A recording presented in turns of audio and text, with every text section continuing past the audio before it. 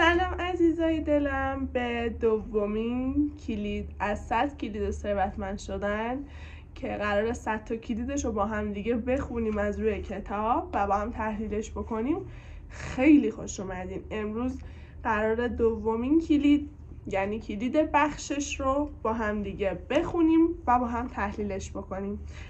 اصلا از دستش ندین، این ویدیو رو تا آخر نگاه بکنین چون خیلی براتون مفیده. لایک، کامنت، سابسکرایب فراموشتون نشه وگرنه منو گم میکنین، چون قراره 100 تا کلیدش رو با هم دیگه مرور بکنیم. توی قسمت قبلی بهتون کامل راجبش توضیح دادم که این کتاب راجب 100 کلید ثروتمند شدن صحبت میکنه و ادعای قوی داره روی اینکه شما زمانی که این کتاب رو تموم بکنید و 100 کلیدش رو کامل بخونین دیگه هیچ وقت اون آدم سابق نیستین، چون طرز فکرتون کاملا راجع به پول درآوردن تغییر میکنه. خب میریم سراغ کلید دوم. ببخشید و ببخشید. بسیاری از ما این سخن که بخشیدن پاداش هست رو خیلی شنیدیم. سخنی کاملا صحیح و دلیلی بسیار کافی برای بخشیدنه، ولی جنبه دیگه بخشیدن رو که عده‌ای زیاد از مردم موفق به تشخیص اون نیستن هم وجود داره. بخشیدن نیرویی که نه تنها برای دیگران مفیده بلکه حتی برای شخص بخشنده هم خیلی سازنده است. این قانون طبیعی حقیقتیه که برای شخص بخشنده بدون اون که بخواد یا حتی آگاه باشه روی میده. بچه‌ها تعریف بخشیدن که واسه هر کس یعنی جداست، خیلی هم تئوری واسش اومده، خیلی زیاد. بخشیدن اصلا یعنی چی؟ بخشیدن یعنی چی؟ به چی میگن مثلا بخشیدن؟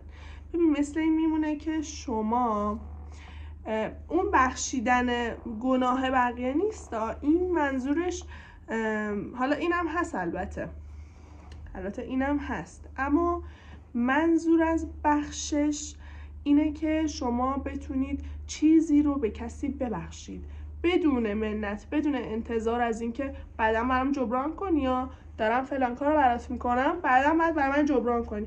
یعنی حتی اگه بهش نگیم تو دل خودت به این نیت داری بهش کمک میکنی. اوکی؟ و این کار نمیکنه بچه‌ها. شما باید بخششی که دارید بدون توقع باشه، با عشق و نه از سر دلسوزی. یعنی خیلی ها میخوان کمک بکنن به کسی، یعنی میگن وای دلم سوخت براش، انقدر بیچاره گناه داشت، انقدر مستعسل بود که دوست داشتم این کمک رو بهش بکنم. نه، شما از سر دلسوزی نباید این کار بکنید. شما باید بدونید که خدای ما همه یکیه و هر چقدر که به فکر شماست به فکر اون بندش هم هست و نیاز به دلسوزی نداره. واقعا نیاز به دلسوزی نداره، چون این برای خودتون مشکل ساز میشه. اما خیلی هم تئوری هست راجع به اینکه سعی کنید خیلی به آدم ها پول نبخشید، یعنی پول بهشون نبخشید. اجازه بدید که آدم ها بهای اون چیزی که میخوان رو با پول پرداخت کنن. شما میتونید چیزای دیگه ببخشید ولی نیاز نیست حتما پول مستقیم بهشون بدید. میدونید چی میگم؟ از قدیم گفتن ماهیگیری یاد طرف بده، ماهی دستش نده، بذار اونم یاد بگیره چطوری پول در بیاره. پس بهش تا جایی که میتونی کمک معنوی بکن، کمکی که میتونی روش تاثیر بذاری و حتی میتونی مسیر زندگیشو تغییر بدی. اما شما با اینکه مدام به کسی پول دستی بدین به اون فقط یاد میدین که روز به روز فقیرتر بشه و روز به روز نیازمند دست یکی دیگه باشه و این برای هم شما کارما درست میکنه، هم اجازه نمیدید اون کارماش رو پاس بکنه و درسش رو بگیره و این براتون خیلی مشکل ساز میشه، چون شما نیتتون خیره اما خبر از این ندارید که دادن پول به بقیه اونا رو روز به روز فقیرتر میکنه و اصلا بهشون اجازه نمیده که برن فکر کنن، برن یه کم تلاش بکنن که چطور میتونن به درآمد برسن. خب پس گفتیم که بخشیدن خیلی جنبه های مختلف داره و حالا باید ببینیم بسته به اون شرایطی که الان هستید این چه نوع بخششیه، میتونید این بخشش رو انجام بدید یا نه. گفتم بخشش باید بدون منت، بدون حس دلسوزی و بدون هیچ توقعی باشه، یعنی از سر عشق من به تو این بخشش رو میکنم. مثلا لباسی که دوستش داری کسی ازش خوشش اومده که توان خریدش رو نداره، مثلا اومده لباست خوشش اومده گفته وای چقدر لباست خوشگله، یا حتی ازت درخواست هم نکرده که میشه این لباستو به من بدی، تو با عشق، با اینکه کلی اون لباس رو دوست داری اما بهش میدی و میخوای خودتو امتحان بکنی. در اصل امتحان میکنی که ببینی واقعا میتونی بخشنده باشی، واقعا میتونی ثروتمند باشی. بچه‌ها ثروتمندا هیچ وقت پولشون رو به کسی نمیدن، اما خیلی چیزها برای بخشش دارن، خیلی کارا میکنن که مثلا به آدما میبخشن، اونا ثروتمند واقعی هن. کسی که صرفا پول نقد اسکناس دستشه ثروتمند نیست. ثروتمند واقعی کسیه که اون چیزی رو که خودش خیلی دوست دارم میبینه میتونه ازش بگذره یا نه. این میشه بخشش واقعی، این میشه بخشش از ته دل. و خودتون بعدش 100% اینو حس کردین که آدم حس میکنه وای من چقدر تونستم ببخشم، چقدر این حس بزرگی، این صفت بزرگی پروردگار رو منم توی وجودم دارم، وای چقدر عالی. اصلا به خودت افتخار میکنی و به خلقت خداوند. قطعا. حالا میریم ادامش. اینجا داره راجع به پول صحبت میکنه، میگه پول حالت گردشی داره، لازمه که به گردش در بیاد. وقتی که از خرج کردن اون میترسید، یا خودخواه هستید یا همه اونو کاملا برای خودتون ذخیره میکنید، در واقع گردش پولو متوقف میکنید. بچه‌ها این منظورش با اون حرف من تداخلی نداره که گفتم که سعی کنید پول به کسی ندید، پول دستی به کسی ندید، کمک های دیگه بکنید، براش چیزی بخرید. مثلا اگه با پولتون میتونید براش کاری بکنید. نیازی نیست که حتما پول رو مستقیم بهش بدید، میتونید کمک های دیگه بهش بکنید. مثلا اگه مریضه ببریدش دکتر، اگه نیاز به لباس داره برید براش لباس بخرید بهش بدید، صرفا پول ندید. این الان منظورش اینه، منظورش این نیستش که پولتون رو بدید بره، نه، منظورش اینه که خرج بکنید، پول دستتون نگه ندارید، تو بالشتون قایم نکنید، فکر نکنید که الان من پول رو جمع میکنم پس خوشبختم. نه، پول یه انرژی که باید به گردش در بیاد و شما اگه اونو یعنی یه جا حبس بکنید، یه جا نگهش دارید، مثل رودخونه یه میمونه که جلوش سنگ بذارید، سنگ بچینید و بذارید و میبینید که اون رود دیگه جاری نیست و تبدیل به مرداب میشه و خودتون رو داخلش غرق میکنه، میکشه داخل. پس پول رو نگه ندارید تا جایی که میتونید خرج کنید، ولی با حس ثروتمند بودن، با حس در فراوانی بودن این کارو بکنید، با حس ناراحتی خرج نکنید. وای من ندارم، اگه الان اینو خرج کنم دیگه ندارم. مثلا طرف، اینم یه نوع بخششه، طرف مثلا بساط کرده، چند تا چیز درست کرده، خیلی از خانوما رو من میبینم لیف درست میکنن و میذارن برای فروش، من سعی میکنم خیلی ازشون خرید بکنم. این یه نوع